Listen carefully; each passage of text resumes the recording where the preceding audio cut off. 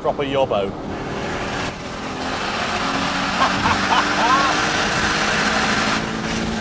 Hello everybody, welcome back then to the channel. Welcome to the finale of Project Alfa. Now I need to apologise because it's been a long time since you last saw us with this car. That's because I've had a lot going on with work and other projects that are upcoming on the channel as well.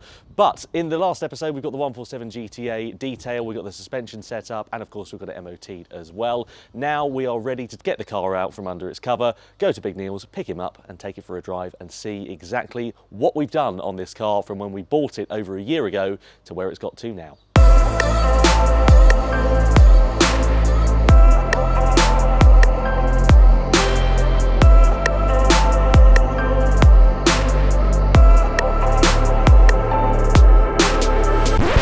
I've watched enough F1 car launches to know that it takes two people to do this normally.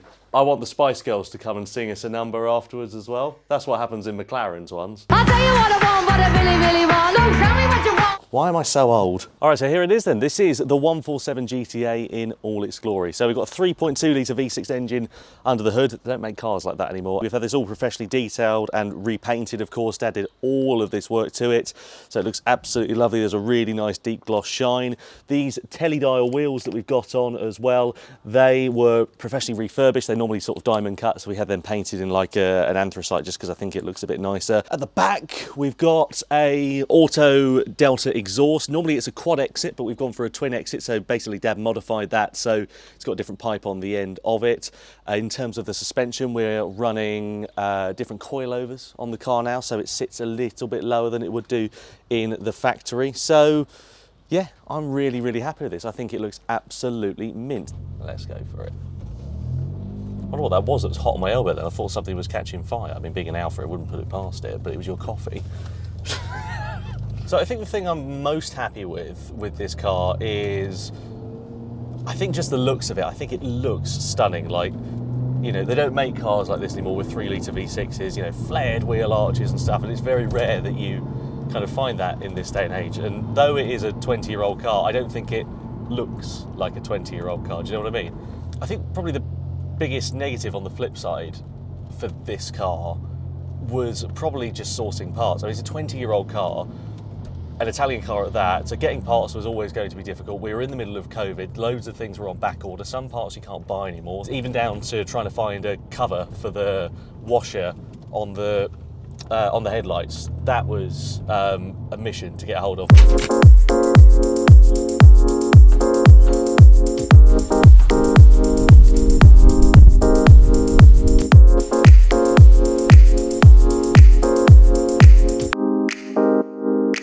All right, so we're 3 up then in the car. We've got Big Neil here, we've got cameraman Jamie behind us as well. So let's set the car out for its first road test, shall we?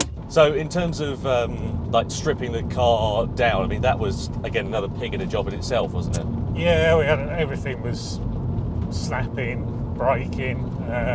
Yeah, car had obviously never been apart since it came out of the factory. So you've had 20 odd years of corrosion on bolts, so yeah, we had a lot of, never done so much drilling and tapping. But it does sound good though. It does sound good. At what point did you think needed a full respray, or was that before we bought it? Before we bought it, it was obvious. It'd been painted a few times than usual. We ended up basically going all the way back down to the original factory paint before we found something decent to work with. So Jamie's like a dog on a polished floor back there. How many hours do you think you'd say you spent getting that body prepped and ready? Because obviously I remember looking at you in the workshop when it was down and you primed it, but obviously that's the part that I see, it's not the part that everybody else sees. Yeah, 160, 200 hours, I'm guessing, something like that. Yeah. So this is why, you know, having professional paint is so expensive. When people go, what, you want £5,000, £8,000 for a respray? It's just the labour, isn't it? Yeah, materials are expensive, as obviously you found out when you bought the paint. Just in terms of that exhaust, what was that like to modify? Because obviously you took the pipe off of it, didn't you? Yeah, taking the pipes off was fairly straightforward. The bigger issue was where they put the quad exhaust on and obviously cut the bumper. So we had no bottom bridge where the mesh goes, so I had to completely remodel that out of glass fibre. But I think it looks better with just the twin exhaust. Yeah, I'd agree. The thing is, you do see them with the quad exit ones, and they look all right, but I think, like you say, it's more OEM, isn't it? Even things like finding the grills, they don't make the grills for this anymore, so we had to get them 3D printed in Italy and special ordered, and just it was silly little things like the wheel arch liner that had been cut, hadn't it? So we had to get a new one of those. And that was 300 quid. Yeah, I know, it's crazy money. They know they've got you over a barrel with a lot of this stuff. Best part of the restoration? Probably best part was seeing once the paint was done, seeing it when it was all buffed. That was nice. You start seeing some light at the end of the tunnel. Just on that note, actually, if you have enjoyed Project Alpha, then we've got a new series coming to the channel very soon as well. It's called Project S2000. I know, really inventive title. You can probably guess what it's about. We've got a Honda S2000, and we're going to be modifying it on Gran Turismo 7, and then doing the same to the car in real life. So if you have enjoyed this series, don't forget to tune in for that, because I guarantee it's going to be a bit of a cracker. Yeah, if you didn't put petrol in this, it'll make a nice company car. Yeah, I know. We've got half a tank left. Average consumption 13.6. Yeah. Miles left 113. I know. And there's over half a tank. Right, let's get Dad in the driver's seat. So plans for this car now that the restoration is pretty much done is we've got to take it to Brands Hatch. We're going to Festival Italia on the 14th of August. Basically a big car show for Italian cars, as the name would suggest. And we're going to be taking this there and exhibiting it and displaying it. So hopefully we'll see a few of you down there if you're a fan of Alfa Romeos and you want to meet myself or Big Neil and find out a bit more about the restoration. What are your initial impressions driving it? Yeah, it's nice to drive. I know the steering's a bit vague, isn't it? Vague, yeah. It's how it is from the factory. But yeah. Except the thing is, it's got a quick rack on it, so yeah. it changes direction quickly, but you don't have a lot of feedback when you're turning it into a corner, do you? That's the thing. What about the pedal placement? Because that's really close together. Well, that's usual with Italians, and it doesn't work with my big feet. So.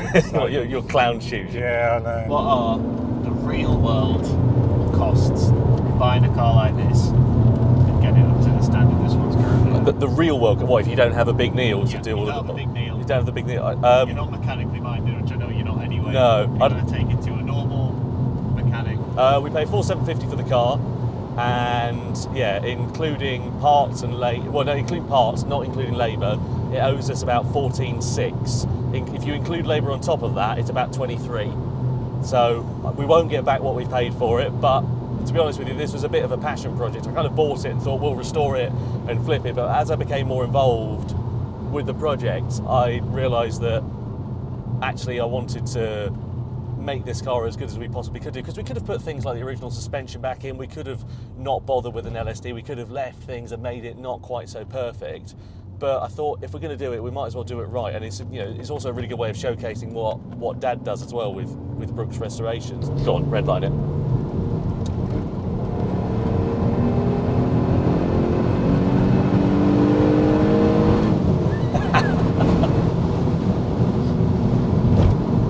Love the sound of that engine.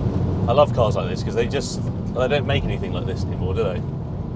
You know, you don't get a 3-litre V6 in a little hatchback anymore. No. Exactly. I think the combination of the suspension and the Pilot Sports and stuff, it makes it a really nice car. The thing is, I was expecting with the coilovers we put on it and the poly bushes and stuff, because we put Powerflex bushes underneath, I was thinking it was going to ride horribly. It was going to just send the spine through the top of your head, but it's not too bad, is it? It's a car you could drive across Europe quite comfortably. You know, if you've got a credit card and a good bank balance to pay the dues, you're laughing. All right, we're going to head into the, there's a little short brief tunnel. We're going to head into there, see how it sounds. So sorry about the wind noise. Proper yobbo.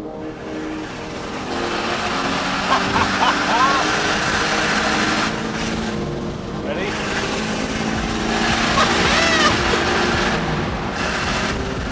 All right, so that does then bring an end to Project Alpha. What a year it has been getting this car from how it looked when we got it back in April 2021 to where it is now. I mean, it's been a heck of a journey, and it's a testament to this man here. Huge thank you. So thanks very much. I really appreciate it. Are you happy though? I am, yeah, I'm thrilled. Oh, I'm over the moon. Do you want another Italian car to do in the future, or should we do something different first?